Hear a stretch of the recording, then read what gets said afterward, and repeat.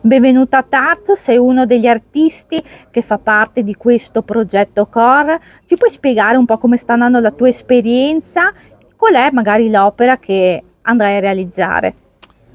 Bah, allora, ciao a tutti e tutte. Sì, Tarso è incredibile, no? Tutto il territorio dove siamo stati immersi, abbiamo potuto girare in questi giorni è fantastico, accogliente e siamo stati davvero immersi completamente, un po' come le palafitte che ci sono qui al lago, no? Con un po' un pezzettino dentro e tutto il resto del corpo fuori per riuscire anche a captare delle cose da portare dentro i nostri lavori.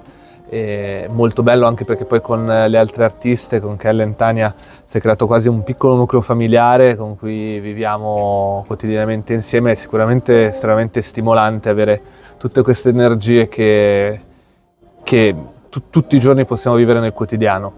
Il mio lavoro è molto semplice, sarà purtroppo al chiuso. Io lavoro solitamente nello spazio urbano, ma non siamo stati fortunati con il tempo. So che è anche un po' una tradizione dei cortili dell'arte, e quindi sarà in una vecchia casa che per il momento è disabitata, quasi abbandonata, ed è una poesia. Il mio lavoro è prettamente poetico, quindi porto nello spazio pubblico solitamente delle poesie sistemate, diciamo, con delle installazioni, dei murales o delle performance. In questo caso è, diciamo, una poesia immersiva, visto che l'esperienza è stata immersiva, avvolgente, avvolge un po' chi la guarda, un po' il tessuto casalingo su cui è disposta. Quindi non dico altro, venite ai cortili dell'arte domani e dopodomani, ne possiamo parlare dal vivo insieme.